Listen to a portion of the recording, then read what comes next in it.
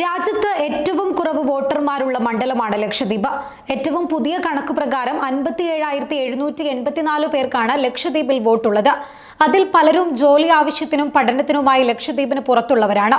Vote ചെയ്യുന്നത് 50,000-ൽ താഴെ വോട്ടർമാർ മാത്രമായിരിക്കും. അതായത് കേരളത്തിലെ ഒരു നിയോജക മണ്ഡലത്തിന്റെ 4/1 വോട്ടർമാർ മാത്രം. അതിനാൽ തന്നെ ലക്ഷദ്വീപിലെ പ്രചാരണവും തീർത്തും വ്യത്യസ്തമായ തരത്തിലാണ്. തെരഞ്ഞെടുപ്പിന്റെ ആദ്യഘട്ടമായ ഏപ്രിൽ 19-നാണ് ലക്ഷദ്വീപ് പോളിംഗ് ബൂത്തിലേക്ക് നീങ്ങുക.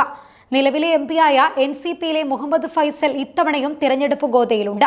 മറുവശത്ത് മുഖ്യ എതിരാളി കോൺഗ്രസിലെ ഹംദുള്ള സെയ്ദാണ്. ഇത്തവണ തങ്ങൾക്ക് നഷ്ടമായ സീറ്റ് പിടിച്ചെടുക്കുകയാണ് കോൺഗ്രസിന്റെ ലക്ഷ്യം. അതിനാൽ സിറ്റിംഗ് എംപിയായ ഫൈസലിനെതിരെ ചുമത്തിയ വധശ്രമ കേസ് ഉൾപ്പെടെ കോൺഗ്രസ് ആയുധമാക്കുന്നുണ്ട്. ഒപ്പം അഡ്മിനിസ്ട്രേറ്റർ പ്രഫുൽ പട്ടേലിന്റെ നേതൃത്വത്തിലുള്ള പുതിയ ഭരണകൂടത്തിന്റെ ജനദ്രോഹ നയങ്ങളാണ് NCPയും കോൺഗ്രസും ഒരുപോലെ മുഖ്യ തെരഞ്ഞെടുപ്പ് വിഷയമാക്കുന്നത്. വിദ്യാഭ്യാസം, കൃഷി, തൊഴിൽ എന്നീ മേഖലകളിലെ ജനദ്രോഹ നയങ്ങൾ എണ്ണിപ്പറഞ്ഞാണ് ഇരു കക്ഷികളും വോട്ട് തേടുന്നത്. 1967-ൽ ലക്ഷദ്വീപിൽ തിരഞ്ഞെടുപ്പ് ആരംഭിച്ചതു മുതൽ 2004 വരെ കോൺഗ്രസിന്റെ PM സയ്യിദ് ആയിരുന്നു 10 തവണയും ലക്ഷദ്വീപിൽ തിരഞ്ഞെടുക്കപ്പെട്ടത്. എന്നാൽ 2004-ൽ ജനതാദൾ പാർട്ടി സ്ഥാനാർത്ഥി P പൂക്കുഞ്ഞിക്കോയ 71 വോട്ടുകൾക്ക് സയ്യിദിനെ പരാജയപ്പെടുത്തി. പിന്നീട് 2009-ൽ പിതാവിന് നഷ്ടപ്പെട്ട സീറ്റ് അബ്ദുള്ള തിരിച്ചുപിടിച്ചു. എന്നാൽ 2014-ലെ തിരഞ്ഞെടുപ്പിലും 2019-ലെ തിരഞ്ഞെടുപ്പിലും അബ്ദുള്ളയെ പരാജയപ്പെടുത്തി NCPയിലെ ഫൈസൽ പാർലമെന്റിലേക്ക് ജയിച്ചു കയറി.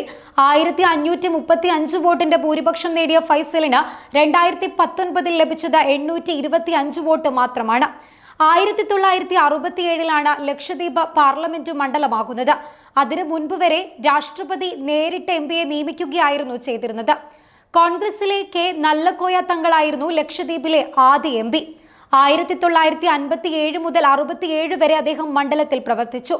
കോൺഗ്രസും NCPയും വീണ്ടും മത്സര രംഗത്തിറങ്ങുമ്പോൾ ഇത്തവണ ലക്ഷദ്വീപ് ആരെ തുണയ്ക്കുമെന്നത് കണ്ടറിയേണ്ടതാണ്.